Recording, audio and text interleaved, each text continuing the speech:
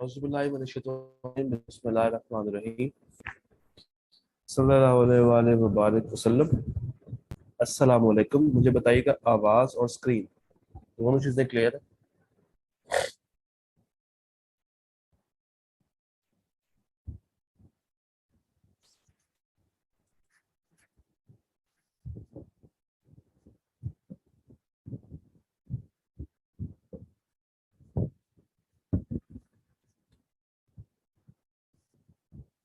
जी, screen आवाज़।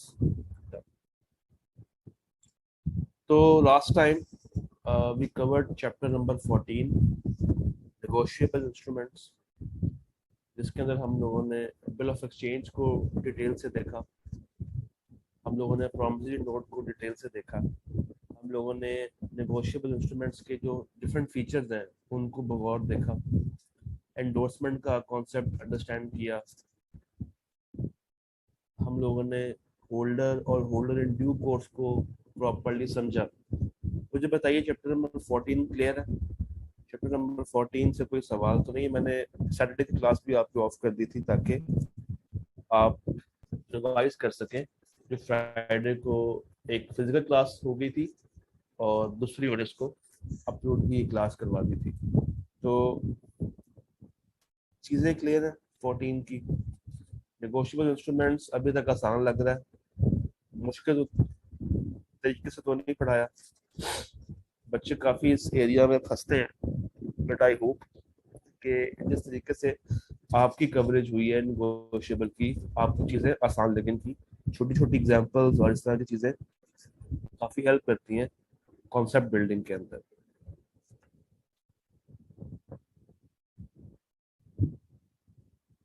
ले जी। अच्छा, निगोशिएबल इंस्ट्रूमेंट्स करते हुए हम लोगों ने जब सीजन 1 किया था तो हम लोगों ने प्रॉमिसरी नोट देखा था। सीजन 2 में हम लोगों ने बिल ऑफ एक्सचेंज देखा था।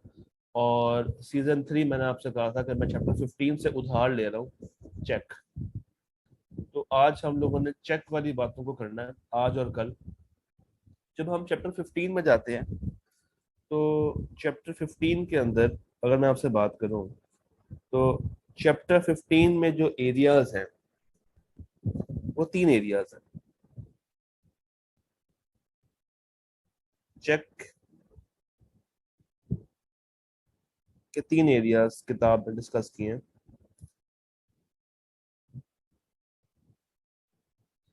पहले तो इसके फीचर्स, इसके अंदर इसके डेफिनेशन हम लोगों ने कवर कर ली है। हम लोगों ने इसके करेक्टरिस्टिक्स के ऊपर बात कर ली थी जब हम लोग नेगोशिएबल कवर कर रहे थे। और इसके साथ इसका difference between bill of exchange और चेक, ये हम लोगों ने कवर कर लिया था उस टाइम के ऊपर। किताब में जो दूसरी डिस्कशन है वो क्रॉसिंग से रिलेटेड है, क्रॉसिंग ऑफ चेक। इसमें क्या है कि एक डिस्कशन आती है, कॉन्सेप्ट आता है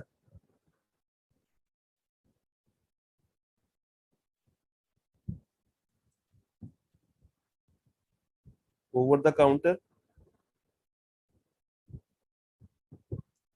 वर्सेस क्रॉसिंग,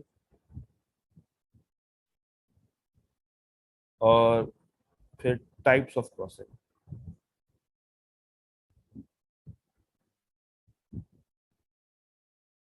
और आपको बताता चलूं कि ये एरिया आईकैप का बहुत पसंदीदा एरिया है। एक ये एरिया, एक ये एरिया। फिर एक तीसरी डिस्कशन किताब करती है इस चैप्टर के अंदर पेमेंट्स के ऊपर।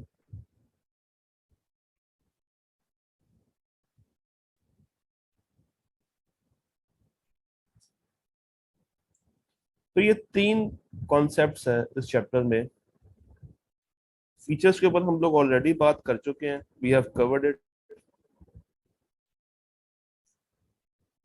आज हम लोग बात करेंगे क्रॉसिंग के ऊपर, क्रॉसिंग ऑफ चेक। और कल हम लोग इंशाल्लाह ताला पेमेंट के ऊपर बात करेंगे और ये चैप्टर हमारा खत्म हो जाएगा।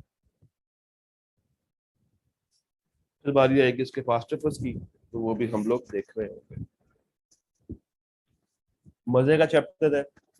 अब प्रॉमिसरी नोट और बिल ऑफ एक्सचेंज तो आपको आजकल नजर इतने नहीं आते, मगर चेक्स के साथ आपका हर वक्त वास्ता पड़ना है। जब आप आर्टिकल्स में जाएंगे तब भी, जब आप जॉब करेंगे तब भी, और आप लोग घर में भी पेरेंट्स के पास वो चेक बुक्स हैं, इवन अगर आपका अपना बैंक अकाउंट है और आप उसकी चेक बुक को इस्तेमाल करते हैं तो उसकी एक अंडरस्टैंडिंग आपको होनी चाहिए कि चेक्स क्या हैं, इसकी क्रॉसिंग कैसे होती है, पेमेंट कैसे होती है। तो आज हम क्रॉसिंग के ऊपर बात करेंगे।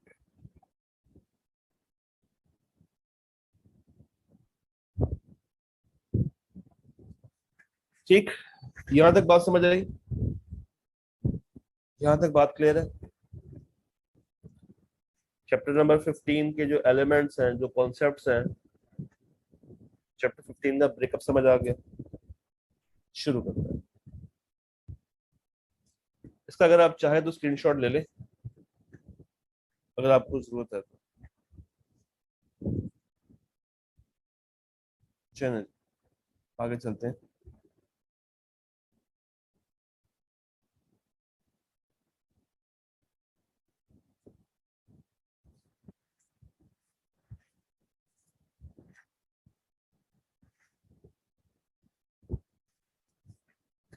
जी, शुरू करते हैं।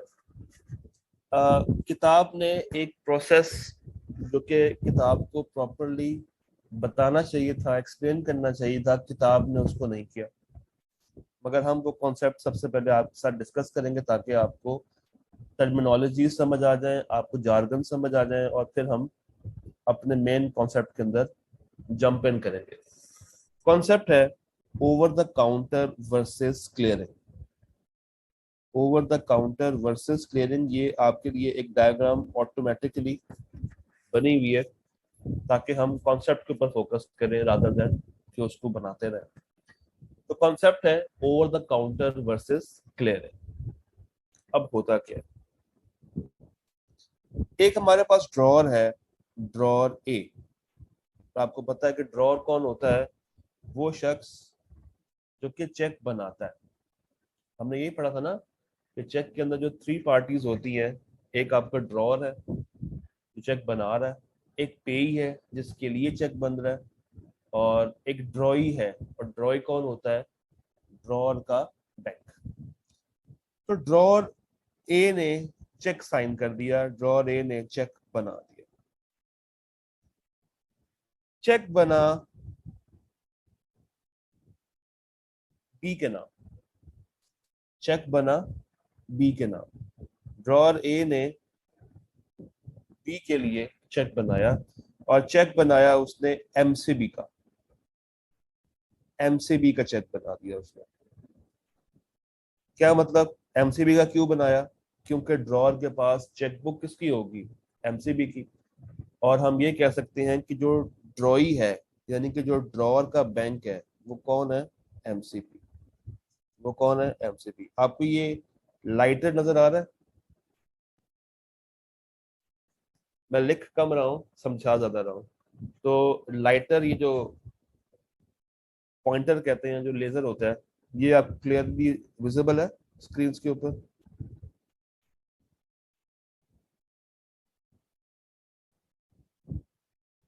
ठीक है।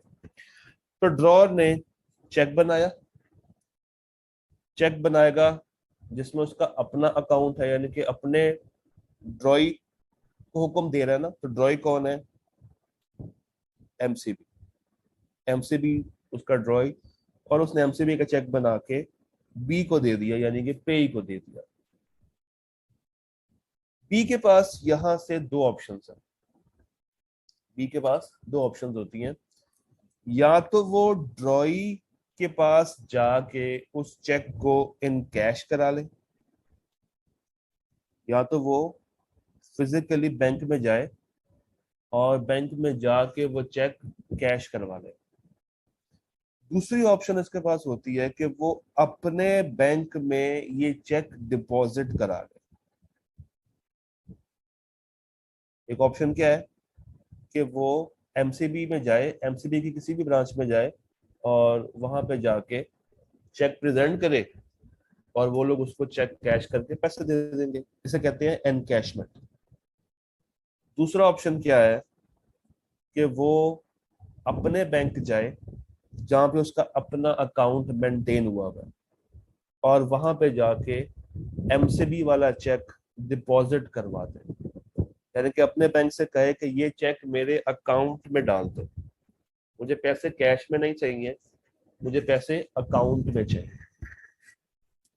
तो पेई के पास दो ऑप्शंस होती हैं, एनकैशमेंट की और डिपॉजिट की। ये जो एनकैशमेंट है इसका दूसरा नाम है ओवर द काउंटर। ये जो एनकैशमेंट है इसका दूसरा नाम होता है that is over the counter. Over the counter को क्यों कहते हैं? क्योंकि आप चल के बैंक जाते हैं, बैंक में जाने के बाद आप काउंटर पे खड़े होते हैं, कैशियर काउंटर के उस तरफ है, आप इस तरफ है, आपके बीच में एक दीवार है, दीवार में खिड़की लगी हुई है, तो उस खिड़की के अंदर से आप चेक देते हैं और वो आपको उसी खिड़की से पैसे भी निकाल कर दे देता है। This is over the counter कि आप उसके काउंटर पे खड़े हुए हैं। तो एक मेथड एनकैशमेंट या ओवर द काउंटर और दूसरा मेथड कौन सा? डिपॉजिट का। कि यहाँ तक बात समझ आई?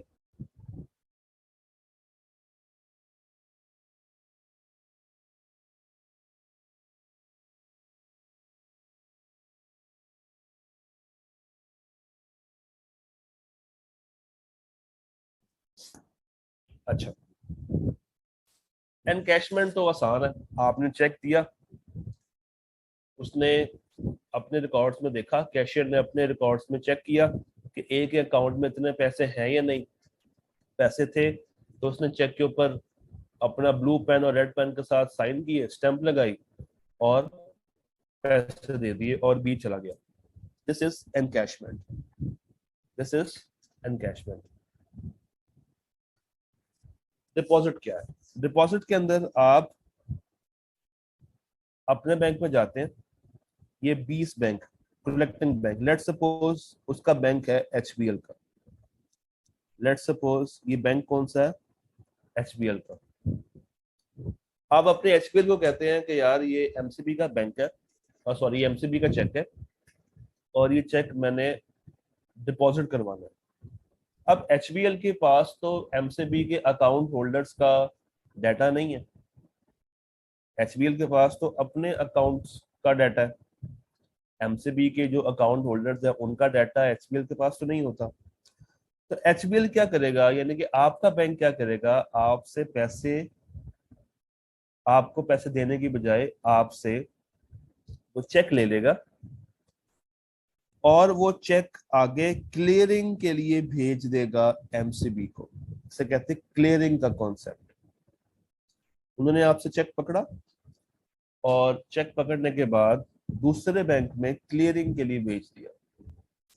क्लियरिंग क्या है कि एक बैंक दूसरे बैंक से कह रहा है कि यार तुम्हारे अकाउंट होल्डर का चेक मेरे पास आया है, मुझे कंफर्म करके बताओ क्या उसके पास इतने पैसे हैं या नहीं, और तुमने उस अकाउंट के इफ्स इतने पैसे हमें ट्रांसफर करने हैं, तो मैं रिसीवेबल रिकॉर्ड कर रहा हूँ और तुम्हारे लिए ये पेएबल है। This is called clearing. Clearing के अंदर 2 से 3 दिन लग जाते हैं। जब एक बैंक दूसरे बैंक को चेक फॉरवर्ड करता है, डिटेल्स फॉरवर्ड करता है कि यार आपके बैंक का अकाउंट होल्डर का चेक हमारे पास आया है और हमसे ये कहा जा रहा है कि इसको डिपॉजिट करना है, तो काइंडली कंफर्म करके बताएं कि क्या इसके अकाउंट में कम से कम उतने पैसे हैं या नहीं। और इस पूरे प्रोसेस के अंदर it takes 2 to 3 working days. तो ये कहलाता है क्लियरिंग। क्या कहलाता है? क्लियरिंग। एक बैंक रिसीवेबल रिकॉर्ड कर लेगा, दूसरा बैंक पेएबल रिकॉर्ड कर लेगा। यानी कि बी के लिए कि जो एचबीएल है उसके लिए रिसीवेबल है और एमसीबी के लिए क्या है? पेएबल। उन्होंने एचबीएल को पे करना है और एचबीएल के पास ये राइट है कि वो एमसीबी से उस चेक के इफ्स पैसे ले। जब ये चेक ओके हो जाता है, क्लियर हो जाता है, तो पेई के अकाउंट के अंदर उतने पैसे ऐड हो जाते हैं, उतने पैसे ऐड हो जाते हैं। ये कॉन्सेप्ट किताब ने एक्सप्लेन नहीं किया हुआ, तो करना चाहिए था। प्रॉपर कॉन्सेप्ट क्लास किताब ने नहीं बताया, मगर जगह जगह पे आपको अल्फाज नजर आएंगे एनकैशमेंट के, ओवर द काउंटर के, डिपॉजिट के, क्लियरिंग के। तो आपको ये कॉन्सेप्ट बताना पहले ज़रूरी है, उसके बाद हम लोग आगे चलते हैं। तो यहाँ तक मुझे बताइए कि पूरा मैप समझ आया?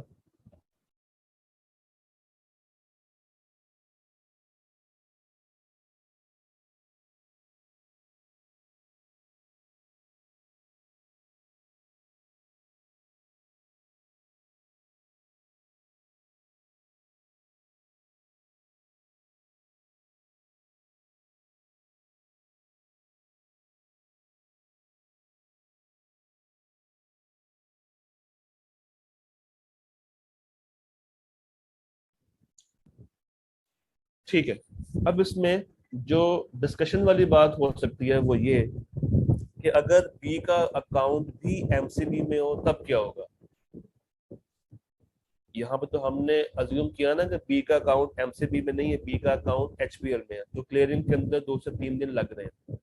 अगर बी का भी अकाउंट एमसीबी में हो और वो चेक कैश ना करवाना चाह रहा हो, वो चेक डिपॉजिट करवाना चाह रहा हो, तो भी इसको कम से कम 1 दिन लग जाता है, या मैक्सिमम 1 दिन लग जाता है चीजों को क्लियर होने में, अगर अमाउंट ज्यादा है तो। ठीक हो गया। तो क्लियरिंग 2 से 3 दिन लेती है अगर दो डिफरेंट बैंक हो, और अगर सेम बैंक हो तो कभी कभी अगर उनका सिस्टम अच्छा चल रहा हो तो उससे वक्त कर देते हैं, मगर मैक्सिमम 1 दिन के अंदर अंदर वो चेक आपका क्लियर हो जाता है। तो ये एक एडिशनल पॉइंट था जो कि आपको बताना था। ठीक, ये बात हमें समझ आई। इसका स्क्रीनशॉट एक ग्रुप में शेयर कर दें काइंडली।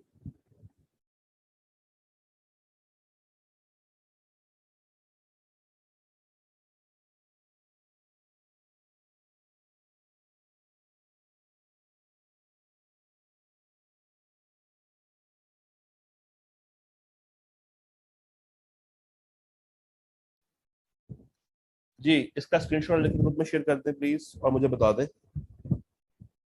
ओके। अब आज की main discussion, types of crossing. Types of crossing, 4 तरह से हम चेक को क्रॉस कर सकते हैं। 4 तरह से हम चेक को क्रॉस कर सकते हैं। एक होती है जनरल क्रॉसिंग, एक होती है आपकी general crossing,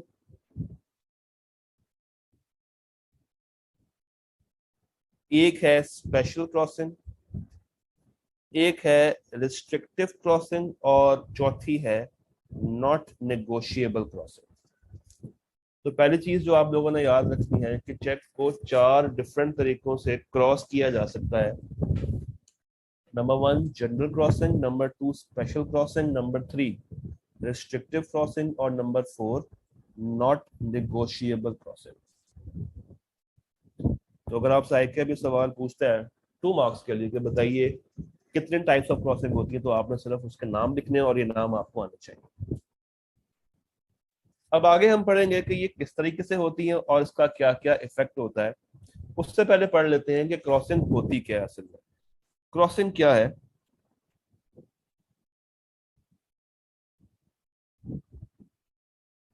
A check is said to be crossed when it bears, जब उस पर लगाई जाती है दो पैरेलल ट्रांसवर्स लाइंस।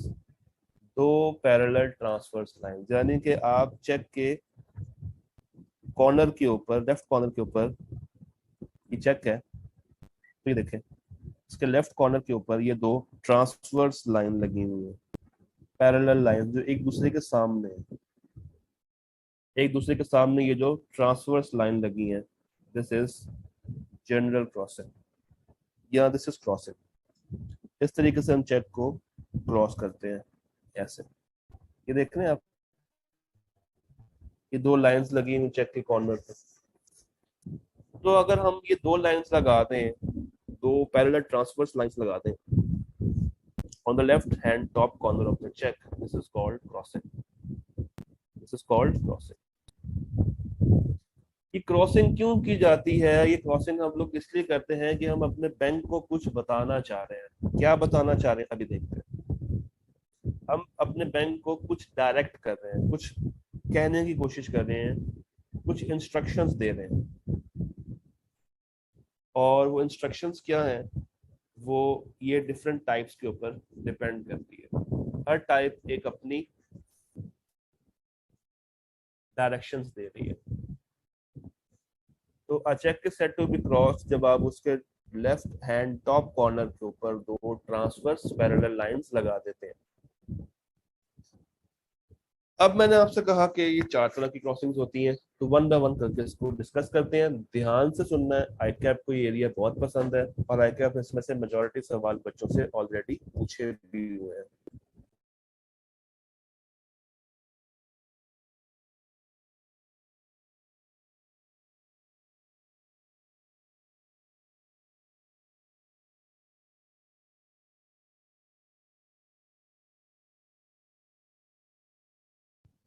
जी, पहली टाइप है जनरल क्रॉसिंग। पहली टाइप है जनरल क्रॉसिंग। जनरल क्रॉसिंग में क्या होता है? जनरल क्रॉसिंग के अंदर आप दो लाइंस लगाते हैं और उन लाइंस के अंदर आप लिख देते हैं वर्ड एंड कंपनी। वर्ड लिख देते हैं कौन सा? एंड कंपनी, या कोई भी एब्रीवेशन इन दो लाइंस के बीच में, ये कहलाती है जनरल क्रॉसिंग। नॉर्मली वर्ड लिखा जाता है एंड कंपनी। नॉर्मली वर्ड क्या लिखा जाता है? And company. और कहाँ लिखा जाता है? यहाँ पे दो लाइंस के बीच में।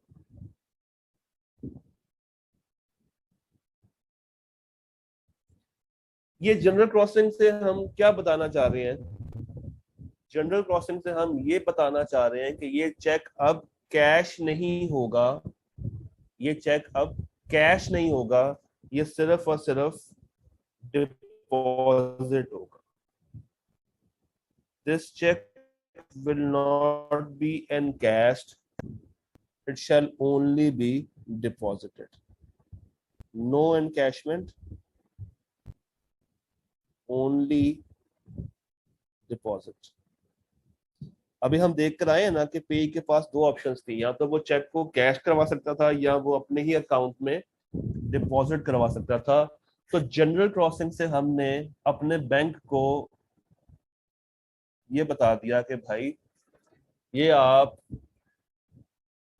पैसे नहीं देंगे, उस बंदे के अकाउंट में सिर्फ ये ट्रांसफर होगा। तो आपने हुक्म दे दिया बैंक को।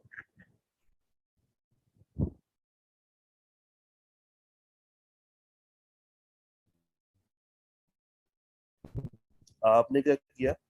आपने बैंक को हुक्म दे दिया। ये इस तरीके से होता है जनरल क्रॉसिंग। इसे कहते हैं सादा क्रॉसिंग, कि आप एक चेक के ऊपर दो ट्रांसवर्स पैरेलल लाइंस लगा दें और बीच में लिख दें एंड कंपनी। इसका मतलब क्या है कि only to be deposited in the collecting bank, और ये इन कैश नहीं होगा।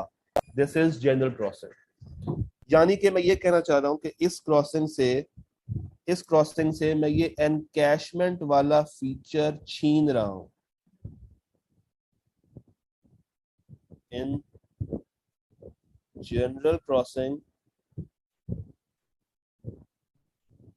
There is no encashment. मैंने ये फीचर उससे छीन लिया। और जनरल क्रॉसिंग के अंदर सिर्फ और सिर्फ क्या हो सकता है? डिपॉजिट। यानी कि आपने बैंक को ही हुक्म दे दिया कि भाई ये कैश नहीं होगा, सिर्फ अकाउंट में जाएगा। ठीक। ये कैश नहीं होगा, सिर्फ और सिर्फ अकाउंट में जाएगा। This is called general crossing.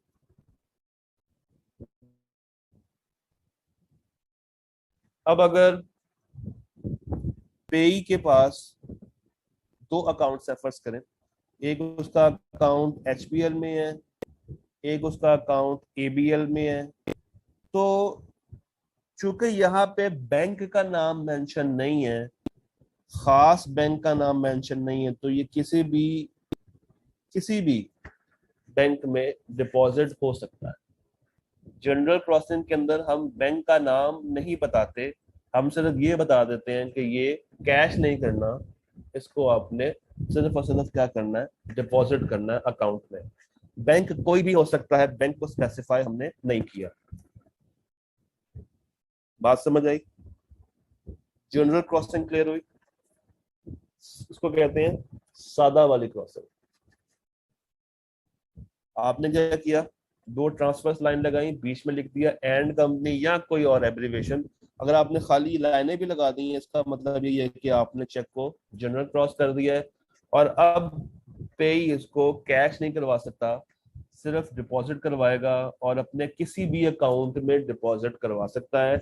Bank को रिस्ट्रिक्ट नहीं किया, बैंक को रिस्ट्रिक्ट हमने नहीं किया। क्या ये जनरल क्रॉसिंग सबको क्लियर है?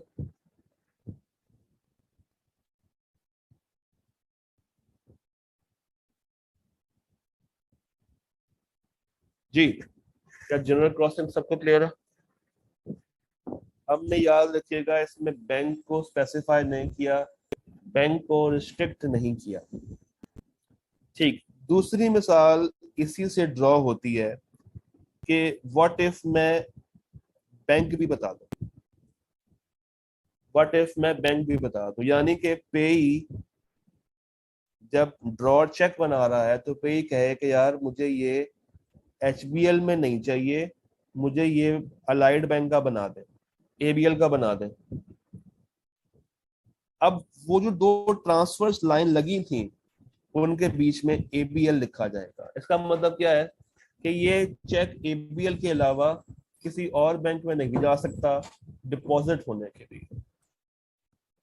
ये एबीएल के अलावा किसी और बैंक में डिपॉजिट होने के लिए नहीं जा सकता। The difference between general crossing and special crossing is कि जनरल के अंदर हमने बैंक स्पेसिफाई नहीं किया था, और स्पेशल के अंदर हम लोगों ने बैंक भी स्पेसिफाई कर दिया है। Only to be collected by the bank whose name is given, जिसका नाम दे दिया गया है। अब अगर यहाँ पे एबीएल लिखा है और मैं चेक एचबीएल ले जाऊं, तो एचबीएल वाले इसको कबूल नहीं करेंगे, एचबीएल वाले इसको कबूल नहीं करेंगे। वो कहेंगे जनाब इसमें एबीएल लिखा हुआ है, तो ये एबीएल की ही किसी ब्रांच में डिपॉजिट होगा, हम इसको एक्सेप्ट नहीं कर सकते। This is special crossing. किताब से देखते हैं किताब क्या कहना कहती है। किताब हमें ये कह रही है कि स्पेशल क्रॉसिंग के अंदर आप फेस ऑफ चेक के ऊपर, यानी कि चेक के ऊपर बैंक का नाम लिख देते हैं, बैंक का नाम लिख देते हैं, और जो ड्रॉई है shall not paid otherwise than to a banker to whom it is crossed, या उसका एजेंट, यानी कि कोई और उसकी ब्रांच कर सकती है, मगर उसके लिए वो ही स्पेसिफिक बैंक होना चाहिए, उसके अलावा कोई दूसरा बैंक ना हो। पैरेलल लाइंस अगर आप नहीं भी लगाते और सिर्फ आप बैंक का नाम लिख देते हैं कॉर्नर के ऊपर, तो भी काबिल कबूल है। अगर आपने खाली पैरेलल लाइंस लगा दी, इसका मतलब है कि ये जनरल क्रॉसिंग है। और अगर आपने पैरेलल लाइंस नहीं लगाई मगर नाम लिख दिया है बैंक का, तो अब ये स्पेशल क्रॉसिंग बन गई है। क्या ये दोनों बातें समझ आई?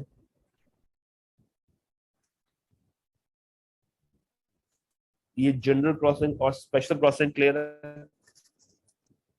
एक दफा रिवाइज कर लें। मैं आपको 3 मिनट का टाइम दे रहा हूँ, वी हैव 3 मिनट्स। इसको दोबारा से पढ़ें, कॉन्सेप्ट बनाएं और मुझसे पूछें कोई सवाल।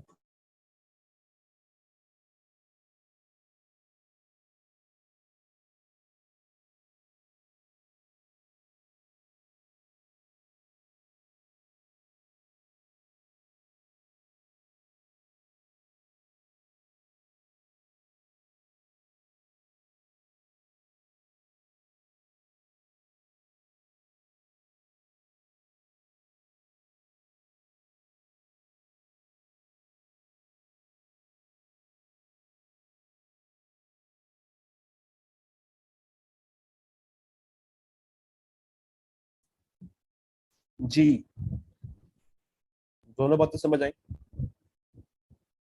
अगर दोनों बातें समझ आ गई हैं तो फिर हम तीसरी बात करें, क्योंकि तीसरी बात लिंक कर रही है पहली दो से।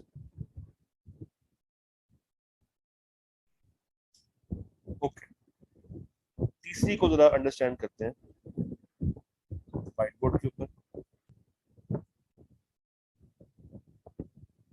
और यहाँ पे हम कहते हैं कि एक हम लोगों ने देखा,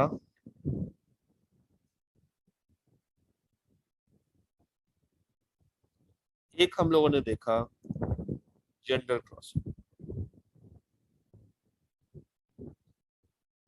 अब जनरल क्रॉसिंग के अंदर क्या है कि आपने इस चेक के ऊपर यहाँ पे दो लाइंस लगाई और यहाँ पे लिख दिया एंड कंपनी। यहाँ पे क्या लिख दिया, एंड कंपनी, या कोई और एनी अदर एप्लीकेशन। अगर आप कुछ ना भी लिखें और सिर्फ ये दो लाइनें ही लगा दें तो उसका मतलब ये है कि ये चेक आपने क्रॉस कर दिया है।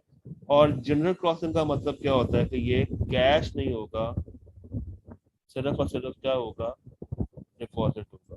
ये बात हमें समझ आई। फिर इसका एक एडवांस वर्जन हम लोगों ने ये देखा कि अगर मैं इन दो लाइंस के बीच में स्पेसिफाई कर दूं बैंक का नाम, स्पेसिफाई कर दूं बैंक का नाम, तो ये जनरल क्रॉसिंग से बदल के क्या हो जाएगा, स्पेशल क्रॉसिंग। अगर मैं बैंक का नाम डाल दूं तो ये स्पेशल बन जाएगा जनरल से, स्पेशल बन जाएगा जनरल से। तीसरी किस्म भी यहीं से हम निकालते हैं। अच्छा, याद रखिएगा स्पेशल क्रॉसिंग के अंदर अगर आप ये दो लाइंस नहीं भी लगा रहे तो मसला नहीं। अगर आपने चेक के ऊपर सिर्फ बैंक को लिख भी दिया है तब भी ये स्पेशल क्रॉसिंग माना जाएगा। उसके अंदर ये दो लाइंस लगाने की जरूरत नहीं है, पर अगर आपने लगाई हुई है तो अच्छी बात है। तो तीसरी किस्म है that is restrictive crossing, that is restrictive crossing. अच्छा, मुझे ये बताइए, जरा सोच के जवाब दीजिएगा। Mister O, mister O W, mister O W को चेक मिला, इसके ऊपर जनरल क्रॉसिंग हुई है। मिस्टर ओ डब्ल्यू से ये चेक गुम हो गया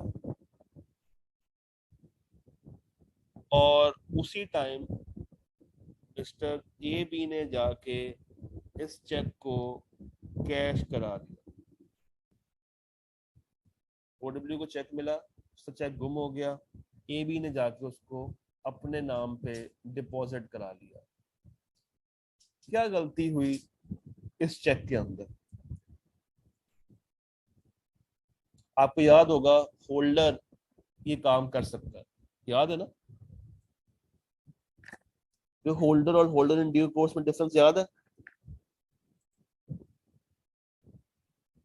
नेगोशिएबल में जब हम लोगों ने होल्डर और होल्डर इन ड्यू कोर्स देखा था तो वहां पे यही बात थी ना कि एक इंस्ट्रूमेंट अगर चोरी हो जाए तो दूसरा उसको कैश करवा सकता है।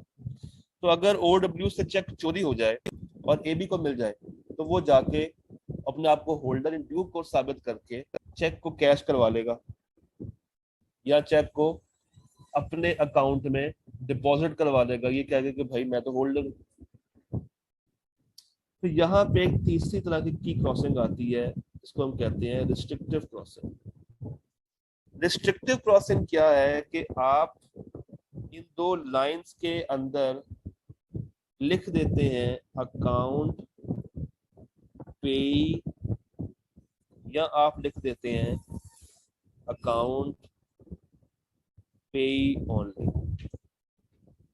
या क्या लिख देते हैं अकाउंट पे, या लिख देते हैं अकाउंट पे ओनली। यानी कि इस चेक के ऊपर, इस चेक के ऊपर ये जो लिखा होता है ना पे, यहाँ पे जो भी नाम लिखा होगा सिर्फ उसी के अकाउंट में पे हो सकता है। अगर चेक गुम भी जाए और अगर ये लिखा हो अकाउंट पे ओनली, तो हम उस चेक को ज्यादा सिक्योर बना सकते हैं, क्योंकि हम बैंक को ये हदायत कर रहे हैं कि सिर्फ उसी के अकाउंट में डिपॉजिट करना है जिसका नाम यहाँ पे लिखा आ रहा है, जिसका नाम यहाँ पे लिखा आ रहा है। उसके अलावा आपने किसी और को डिपॉजिट नहीं करके देना। This is restrictive process. ये एक एडवांस फॉर्म है जनरल क्रॉसिंग की। अगर आप गौर करें तो जनरल से ही हमने स्पेशल निकाला था और जनरल से ही हमने रिस्ट्रिक्टिव क्रॉसिंग भी निकाला है। स्पेशल में क्या था कि हमने बैंक का नाम बता दिया था। रिस्ट्रिक्टिव में क्या है कि हमने ये लिख दिया कि अकाउंट पे या अकाउंट पे ओनली, जिसके नाम पे चेक बना है सिर्फ उसी के अकाउंट में डिपॉजिट होना चाहिए। अगर मैं आपको स्क्रीन के ऊपर भी दिखाऊं तो ये देखिए, ये जो ब्लू से बना हुआ है दिस इज रिस्ट्रिक्टिव क्रॉसिंग।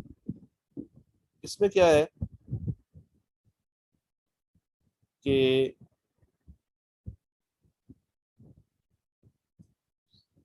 ये देखिए, अकाउंट पे या अकाउंट पे ओनली लिखना है आपने दो लाइंस के अंदर। नीचे अमाउंट आ रही होगी और यहाँ पे एक लाइन लगी होगी। इस लाइन के अंदर अगर लिखा हुआ है शेख उसामा वहीद, तो ये सिर्फ शेख उसामा वहीद के अकाउंट में ही डिपॉजिट होगा और किसी के अकाउंट में डिपॉजिट नहीं हो सकता, क्योंकि बैंक को ऑर्डर क्या पास कर दिया है कि तुमने इसको डिपॉजिट करना है सिर्फ पेई के अकाउंट में। ये जो पेई लिखा हुआ है, ये जो पे है, उसके अकाउंट में ही जाना चाहिए, किसी और के अकाउंट में ये नहीं जाएगा। तो ये हम अपने चेक को ज्यादा सिक्योर बना देते हैं चोरी से। इसको कहते हैं रिस्ट्रिक्टिव क्रॉसिंग। किताब से देख लें, किताब हमें क्या बताना चाह रही है जी। किताब कहती है कि अगर आप जनरल क्रॉसिंग करके बीच में वर्ड लिख दें एंड कंपनी की बजाय अकाउंट पे या अकाउंट पे ओनली, तो ये अमाउंट उसी के ही नाम पे डिपॉजिट होगी, उसी के अकाउंट में। कोई और बंदा इसको अपने नाम पे डिपॉजिट नहीं करवा सकता अपने बैंक में। The amount collected on the cheque must be credited only to the account of payee. और अगर आप रिस्ट्रिक्टिव के साथ बैंक का नाम भी स्पेसिफाई कर दें तो ये भी पॉसिबल है। तो फिर उसी बंदे का नाम और उसी के बताए हुए बैंक अकाउंट के अलावा किसी और में ये डिपॉजिट नहीं हो सकती। तो मेन चीज क्या थी? जनरल क्रॉसिंग, जिसके अंदर हमने बैंक को कहा था कि भाई ये कैश नहीं करना, ये डिपॉजिट करना है। जनरल क्रॉसिंग से निकला स्पेशल क्रॉसिंग, जिसके अंदर हमने बैंक बता दिया। स्पेशल के अंदर अगर आप दो लाइंस नहीं भी डाल रहे तो कोई मसला नहीं है। और फिर एक आती है रिस्ट्रिक्टिव क्रॉसिंग, जिसके अंदर हमने बता दिया कि ये पेई के अकाउंट में ही जाएगा और किसी के अकाउंट में नहीं जा सकता। और अगर आप रिस्ट्रिक्टिव क्रॉसिंग के साथ बैंक का नाम भी मेंशन कर दें, यानी कि उसको स्पेशल भी बना दें, तो ये भी अलाउ है। पहली तीन बातें समझ आई?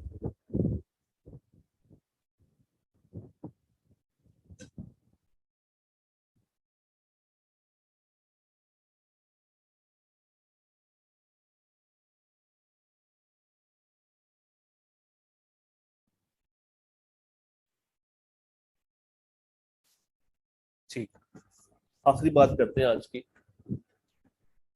आखिरी बात है not negotiable crossing. Not negotiable crossing, not negotiable crossing. General crossing के साथ या स्पेशल क्रॉसिंग के साथ अगर आप लिख दें बीच में नॉट नेगोशिएबल, अगर आपने बीच में लिख दिया है नॉट नेगोशिएबल, तो एक नया इफेक्ट बन जाता है। वो इफेक्ट क्या है वो देखते हैं। नॉर्मली जब हम लोग नेगोशिएशन की बात करते हैं तो नेगोशिएशन का मतलब ये होता है कि एक हाथ से दूसरे हाथ, दूसरे हाथ से तीसरे हाथ, वो इंस्ट्रूमेंट ट्रेवल करता है, नेगोशिएट करता है, ट्रांसफर होता है। बादशाह ने चेक बना के बाबे को दिया, बाबे ने आके अपने बेटे को दिया, यानी कि बाबे ने बेटे को निगोशिएट कर दिया। बेटे ने आगे वो चेक दुकानदार को दिया, निगोशिएशन। दुकानदार ने आगे वो चेक अपने सप्लायर को दिया, निगोशिएशन। तो निगोशिएशन क्या है कि इंस्ट्रूमेंट ट्रेवल करता है एक पार्टी से दूसरी पार्टी के पास। अच्छा, अब यहाँ पे बच्चों को समझाने के लिए जो एक टिपिकल मिसाल ली जाती है वो है पीटीआई की और नून लीग की मिसाल। इससे जरा बात अच्छे से समझ आ जाती है। जब हम पीटीआई की बात करते हैं तो पीटीआई में एक फीचर ये होता है कि जब उसमें कोई अच्छा सियासतदान जाता है तो वो अच्छा ही बन के बाहर आता है, यानी कि वहां पे एक अच्छा सियासतदान अच्छा ही रहता है। मगर वहां पे जब एक बुरा सियासतदान जाता है तो वो भी ऑटोमेटिकली अच्छा बन जाता है। एक बुरा सियासतदान जब पीटीआई को ज्वाइन करता है तो पीटीआई एक ऐसा वॉशिंग पाउडर है जो कि हर बुरे सियासतदान को अच्छा सियासतदान बना देता है। और अगर मैं नून लीग की बात करूं तो नून लीग में अगर कोई अच्छा बंदा जा रहा है तो वो अच्छा ही है, और अगर कोई बुरा बंदा जा रहा है तो वो बुरा ही है। यानी कि नून लीग के पास वो वाला वॉशिंग पाउडर निरमा नहीं है जो कि पीटीआई के पास है। पीटीआई वाले हर खराब शख्स को उठा के अच्छा पोर्ट्रे कर देते हैं, मगर नून लीग में अगर कोई सियासतदान बुरा है तो वो बुरा ही है। ये पीटीआई ये है नेगोशिएशन, या आप कह लें निगोशिएबल। पीटीआई क्या है? निगोशिएबल। और नून लीग क्या है? नून नेगोशिएबल, यानी कि नॉट नेगोशिएबल। नून लीग क्या है? Not negotiable. अब ये कॉन्सेप्ट समझना। हर चेक के अंदर एक फीचर होता है निगोशिएशन का। हर चेक के अंदर निगोशिएबल का एक फीचर मौजूद होता है। ये फीचर क्या कहता है कि अगर आप एक पार्टी से दूसरी पार्टी को चेक ट्रांसफर कर रहे हैं तो अगर बीच में फर्ज करें ये चेक चोरी हो जाए, अगर बीच में फर्ज करें यहाँ पे ये चेक चोरी हो जाए और ये चोरी शुदा चेक आगे ट्रांसफर हो जाए और इसने मासूमियत में वो चेक ले लिया हो तो इसको गुड टाइटल ही ट्रांसफर होता है। यानी कि चोरी वाला चेक अगर मैं आगे भेज दूं तो ये पीटीआई बन जाता है। बुरा टाइटल आया था, जब ट्रांसफर हुआ तो इसको अच्छा टाइटल मिल गया। ये पीटीआई है। और ये कॉन्सेप्ट है निगोशिएशन का। निगोशिएशन क्या है कि खराब टाइटल को साफ टाइटल में कन्वर्ट किया जा सकता है। शर्त ये है कि जिस बंदे ने वो चेक एक्सेप्ट किया हो खराब वाले बंदे से, उसने मासूमियत में वो चेक एक्सेप्ट किया हो। This is the concept of negotiation या निगोशिएबल कॉन्सेप्ट। ये पीटीआई कॉन्सेप्ट। अगर मैं चेक बनाते हुए लिख दूं नॉट निगोशिएबल, फिर क्या होगा? फिर ये पीटीआई से कन्वर्ट होकर नून लीग बन जाएगा। यानी कि अब यहाँ पे अगर चोरी हुआ हुआ चेक है और अगले बंदे को ये ट्रांसफर हो रहा है तो उसको अच्छा टाइटल नहीं मिलेगा, इसको बुरा टाइटल ही ट्रांसफर होगा, बेशक उसने मासूमियत में ही ना लिया हो। तो नॉर्मली चेक के अंदर ये फीचर होता है नेगोशिएशन का। बट अगर मैं यहाँ पे लिख के ये फीचर खत्म कर दूं तो ये देखिए, ए से बी को गया गुड टाइटल, बी से सी को गया गुड टाइटल, सी से ये चेक चोरी हो गया। और चोरी किसने किया? बी ने और डी ने। तो डी के पास है बैड टाइटल। डी ने जब ई को दिया तो ई के पास चूंकि नेगोशिएशन पावर थी उस चेक में तो ये बन गया गुड टाइटल। इसी तरह आगे जो फॉरवर्ड हुआ होगा एफ को, वो भी गुड टाइटल होगा। बट अगर यहाँ पे मैं कह दूं कि चेक पे लिखा हुआ है नॉट नेगोशिएशन या नॉट नेगोशिएबल, तो जिस बंदे को ये चेक मिल रहा है उसको डिटेल से देखना पड़ेगा, उसको छानबीन करनी पड़ेगी कि उससे पीछे ये चेक पे टाइटल साफ आ रहा है या खराब आ रहा है। क्योंकि अगर मैंने नॉट नेगोशिएबल लिखा हुआ है और पिछला टाइटल खराब है तो उसको भी खराब टाइटल ही मिलेगा, वो भी कसूरवार माना जाएगा। तो ये एक चौथी किस्म है जो कि बाकियों से हटके है, नॉट नेगोशिएबल। इसमें हमने नेगोशिएशन वाला कॉन्सेप्ट खत्म कर दिया और अब बुरा टाइटल बुरा ही है और साफ टाइटल साफ ही है। बुरे को साफ में कन्वर्ट नहीं किया जा सकता, बेशक अगले बंदे ने मासूमियत में ही वो चेक कबूल किया हो। पॉइंट समझ आ गया? अगर ये पॉइंट समझ आ गया तो फिर हम उसको किताब से देख लेते हैं।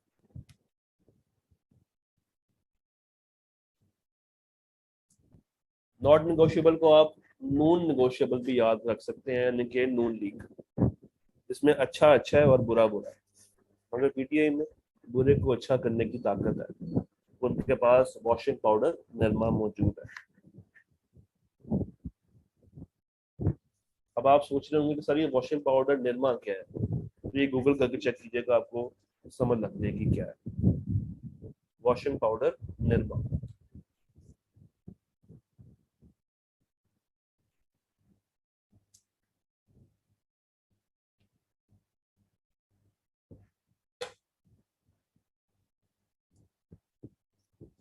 कॉन्सेप्ट समझ आ गया?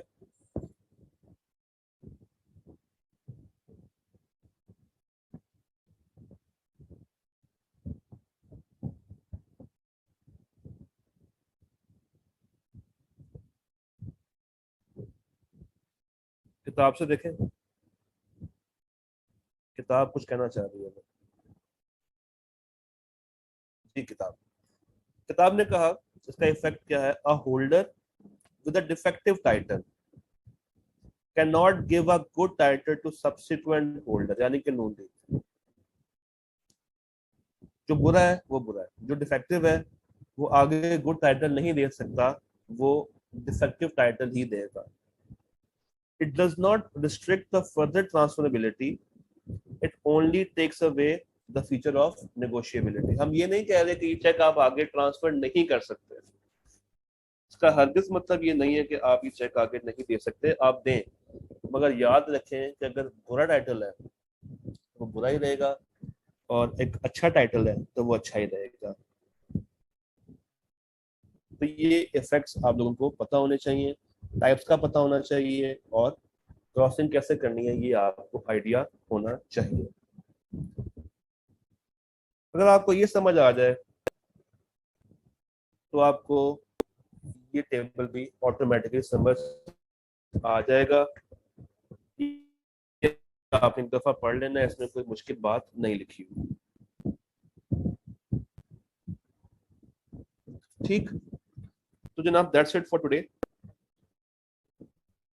कल हम लोग पेमेंट के ऊपर बात करेंगे और पेमेंट के ऊपर बात करके ये हमारा एरिया वाइंड अप हो जाएगा इंशाल्लाह।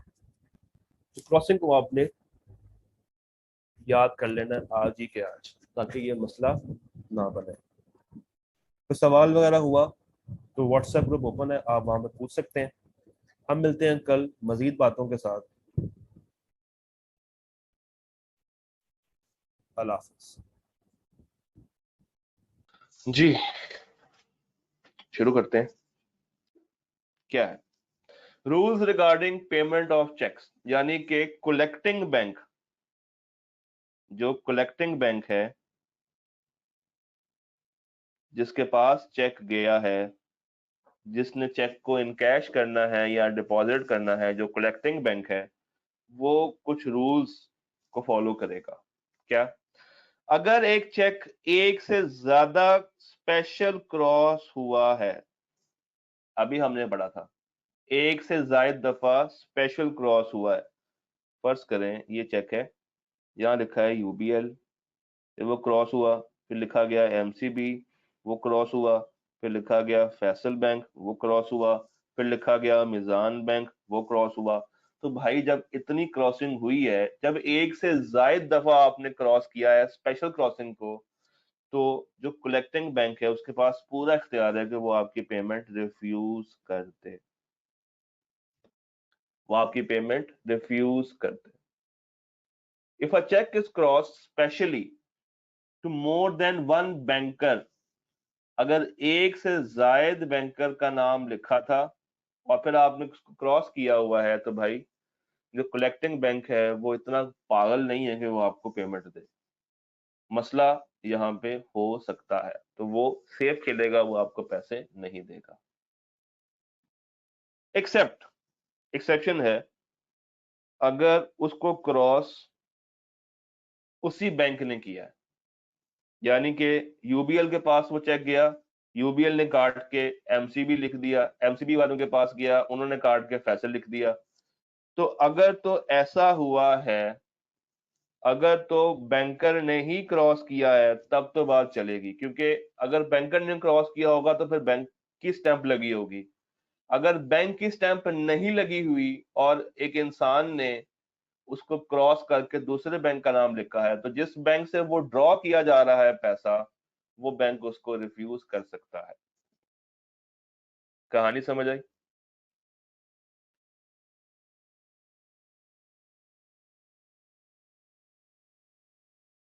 कहानी समझ आई?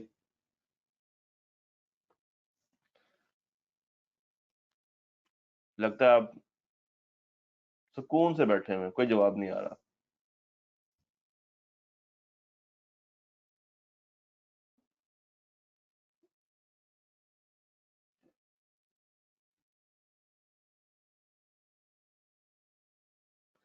इसको जरा बाबे की कहानी में फिट करके देखते हैं, इस पॉइंट को जरा उस बाबे की कहानी में फिट करके देखते हैं।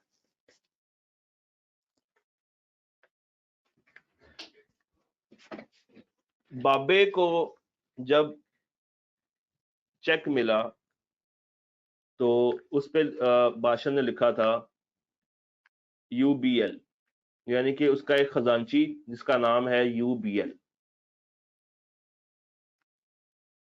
बादशाह चेक दे के चला गया, बादशाह चेक दे के चला गया।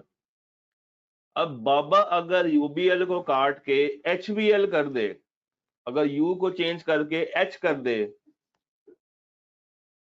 तो जब वो एचबीएल के पास ये चेक लेके जाएगा तो क्या एचबीएल उसको पैसे देगा?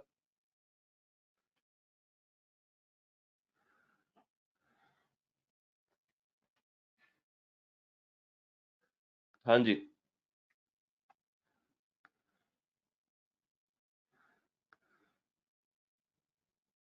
क्या कहते हैं आप लोग?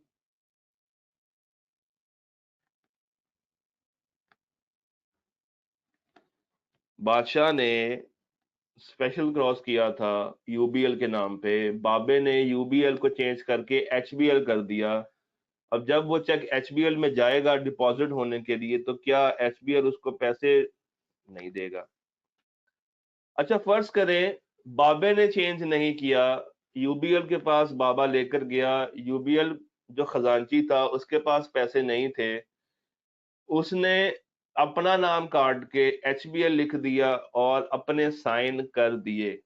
अब जब बाबा एचबीएल के पास जाएगा, जो कि दूसरा खजांची है, उसको जाके कहेगा कि भाई ये पकड़ो चेक, मुझे पैसे दो, तो क्या अब एचबीएल उसको रिफ्यूज करेगा? अब उसको मिलेगा, अब पैसे मिलेंगे, अब पैसे मिलेंगे। क्यों? क्योंकि खुद बैंक ने काट के दूसरे बैंक को मेंशन किया है, खुद बैंक ने काट के दूसरे बैंक को मेंशन किया है।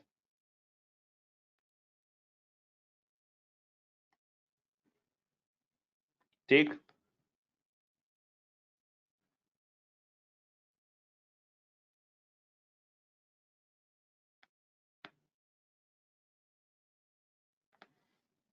यहां तक बात हमें समझ आई।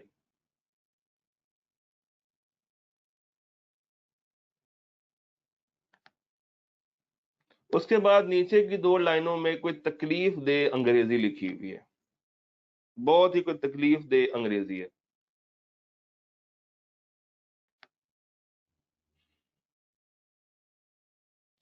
if banker, comma, on whom a check is drawn, comma, makes a payment in due course, comma, paying banker and drawer positioned as if check had been paid to and received by the true owner thereof. नीचे पढ़ते हैं, if banker, comma, on whom a cross check is drawn, comma, makes a payment in due makes a payment out of due course, comma, the paying banker and drawer the paying banker shall be liable to true owner of check for any loss he may sustain for that payment. Full stop. शायर की मुराद क्या है? मुझे बताएं, अगर एक check पे date लगी हो, क्या उस डेट से पहले पैसे बैंक देगा? अगर एक चेक पे डेट डली हो 27/7, तो क्या 26 तारीख को अगर मैं वो चेक लेकर जाऊं तो क्या मुझे बैंक पैसे देगा? देगा। पक्की बात है। आप सबका क्या ख्याल है? क्या उस वक्त मुझे पैसे मिलेंगे?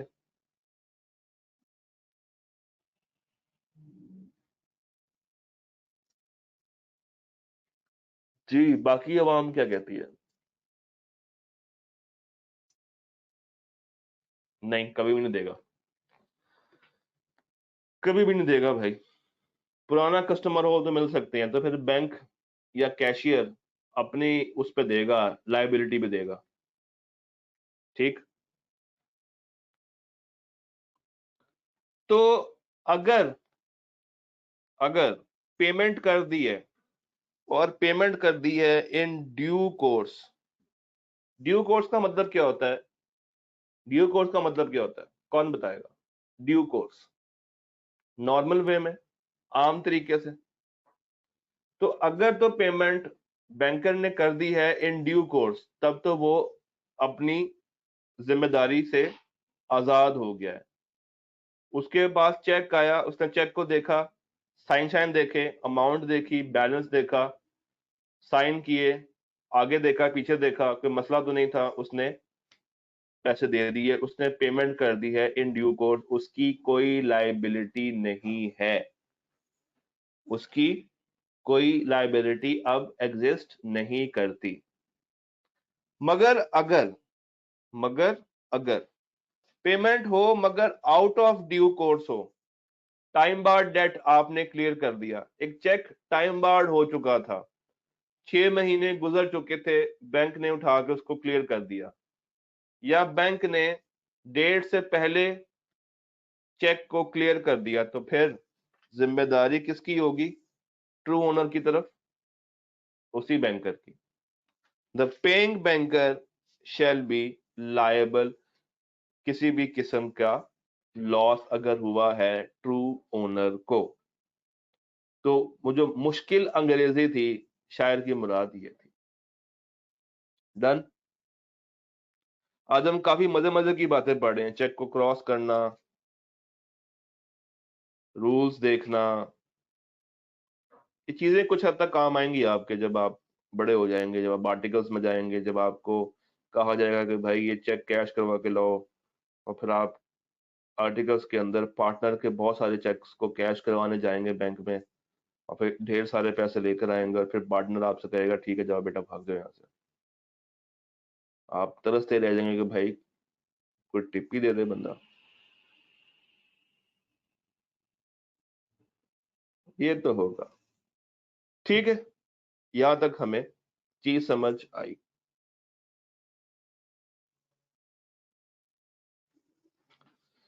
उसके बाद कुछ छोटी छोटी सी दो बातें, छोटी छोटी सी दो बातें, और उसके बाद हमारा आज का लेक्चर खत्म।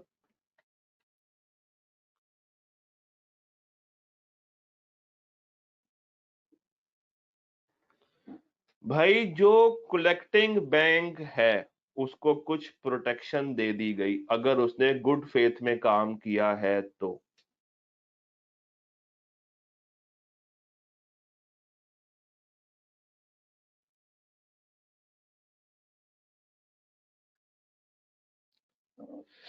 अगर उसने गुड फेथ में काम किया है, कोई नेग्लिजेंस नहीं दिखाई, ठीक, तो अगर कोई मसला आया है तो फिर उसको प्रोटेक्ट किया जाएगा।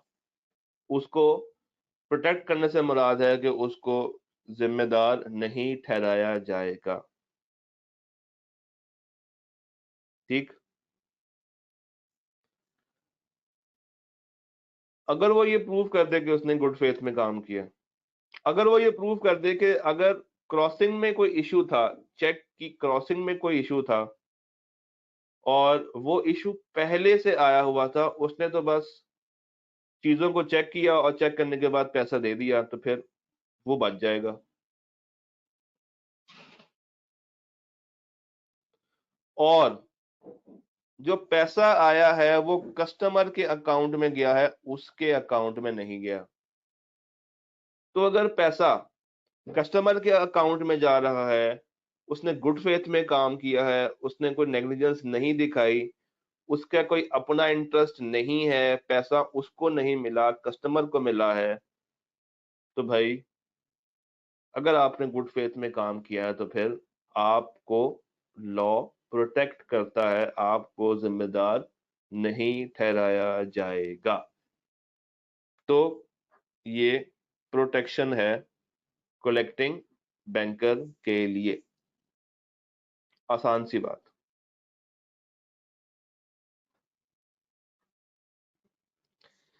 फिर बैंक जो है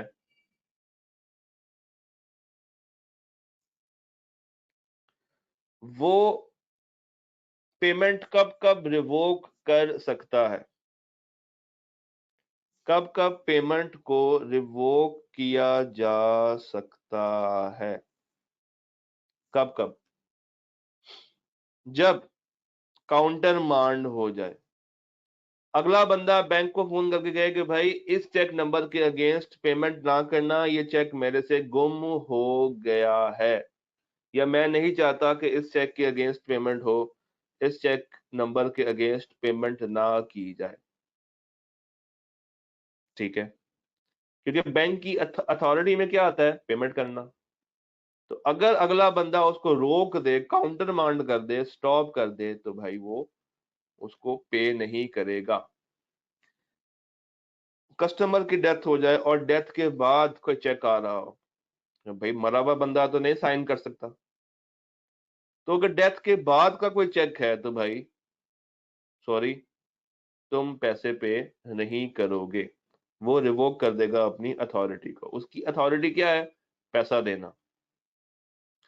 और फिर अगर वो बंदा इंसॉल्वेंट हो जाए, तो हमें पता है कि इंसॉल्वेंट के केस में जो ऑफिशियल असाइनी आता है, जो गवर्नमेंट की तरफ से नुमाइंदा आता है उस बंदे के सारे डेट्स को क्लियर करने के लिए, जब तक उसके साइन ना होंगे वो ना कहेगा बैंक उस बंदे के अकाउंट में से पैसे निकाल के नहीं पे कर रहा होगा। कब कब, अगर वो बंदा इंसॉल्वेंट आ जाए, और सॉरी इंसॉल्वेंट हो जाए, कस्टमर की डेथ हो जाए, या कस्टमर खुद कॉल करके मना कर दे कि भाई पैसा रोक लो, इस चेक के अगेंस्ट पैसा तुम नहीं दोगे। डन।